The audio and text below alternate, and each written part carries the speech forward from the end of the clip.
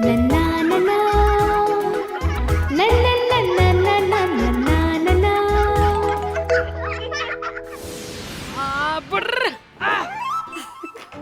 So many glasses of milk. Are you participating in some wrestling competition? Not exactly, but something on the same line, Kashdi. As in? I have read in the books that drinking milk makes children strong. So I've decided to drink lots of milk and become strong. Wow, that's a great plan. But tell me something, what are you going to do after you become the strongest? First of all, I'm gonna beat the hell out of Tima, Meema and Sonu. Dishum, dishum, Okay. You're saying after you become strong, you're going to beat your friends up. That is so wrong, Tiny. What if your friends get hurt? That is their problem, not mine, silly, weak people. Bwah! Silly, weak people. Today I'll tell you a story about the silly, weak sparrow. Okay? Yeah, okay. Okay. Once upon a time, in the jungle of Chandanvan, there was a huge banyan tree. This very banyan tree was the home of Chida the sparrow and his wife Chidi. Chida and Chidi had worked for weeks looking and gathering twigs, straws, lace and leaves to make a beautiful little nest. In that nest, Chidi laid 4 beautiful white eggs. They spent their days with dreams in their eyes of the little guests coming their way. In the same jungle lived Montu, the naughty elephant. Montu was always angry, and because he was such a big elephant, he was full of pride. His pride had made him blind. He spent his days going where he wanted and doing what he wanted and not caring about who or what is getting affected. If a branch came his way, he broke it. If a rabbit came his way, he will hurt it. One day, Montu decided to walk up the hill and take a bath in the lake. So he was on his way. Thud, thud, thud. The sound of his footsteps filled up the jungle. All the animals ran and scrambled towards their house as the elephant walked by. Unaware, Chida bid goodbye to his wife and flew out of his nest to gather some food.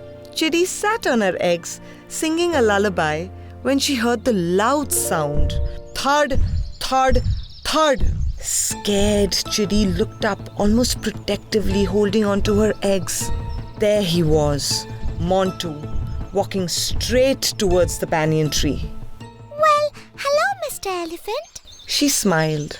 Don't call me elephant. My name is Montu, the mighty Montu. Chidi shook in fear as Montu screamed. She took a deep breath and mastered up her courage and spoke sweetly. Mighty Montu, can I make a request? Can you please walk from the other side so that my nest is saved? Hearing her speak, Montu shook his head and he scoffed at Chidi. I'm Montu the mighty. How dare you speak to me like that? You want me to change my course just because you are lazy? Chidi tried desperately to explain. No, mighty sir. I have little eggs. But before she could complete, in a fit of rage, Montu pulled the branches on which the nest was built and broke it. The nest fell on the ground and the eggs broke. No! When Chida came back, he found a crying Chidi and saw what happened to their beloved nest. Chidi told Chida about the ordeal she had to face and began crying loudly. Chida tried to console Chidi. Don't cry, Chidi. We will fly far away from Chandanvan and make a new nest in a new jungle. What? First we lose our nest and now we should leave this jungle? Our house? And what about Montu? Shouldn't he face the consequences of his action? She cried and cried some more. Woody, the woodpecker, was flying by. He heard Chidi cry. What happened, my friends? Why are you crying? Chida told him about wicked Montu and what he did to the nest. We can't let him get away with it. We have to teach him a lesson. But how will we do that? Woody thought for some time and then he chirped. I have an idea. Come along. So the 3 birds flew around the jungle and gathered their friends, Kiki the fly and Pluto the frog. Hearing what the elephant had done, they devised a plan to teach the elephant a lesson so that no other animal gets hurt because of him. Next afternoon, Montu was on his way to the pond to take a bath when suddenly Kiki flew close to his ears and started buzzing. Hey, what are you doing, stupid fly? Move away! Montu started to move his trunk vigorously in an attempt to move the fly. When Montu was distracted by the fly, the woodpecker came close to him and started poking him. Montu screamed in pain. Then Chidi and Chida came and blew pepper into his eyes. Now blinded and irritated and poked, Montu felt agonized and helpless and blew his trunk. Water! Water! I need water! Just then Pluto the frog croaked loudly. Hearing the frog croak, Montu thought there is water nearby. He plunged and thadam! Montu landed on his face on the hard ground and hurt his trunk.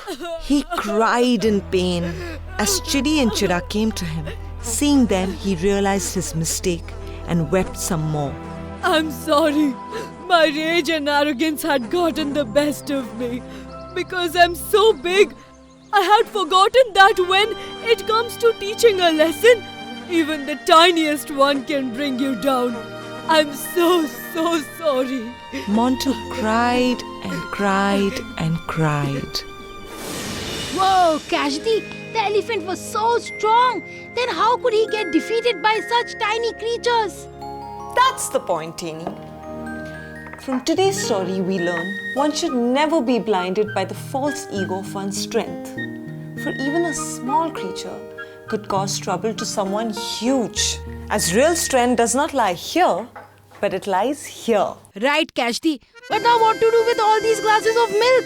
We drink it. What else? Being strong is not such a bad thing after all, Tini. That's right, Dee. Okay, so kids, Tini and I, Kashmira, shall take your leave because we have all this milk to finish. You guys go drink milk too and become strong, and remember, use your strength to help people and not hurt them. We will be back soon with a brand new story on your favorite show, Kilkariyan, where the stories will be ours, but imagination is Yours! That's right.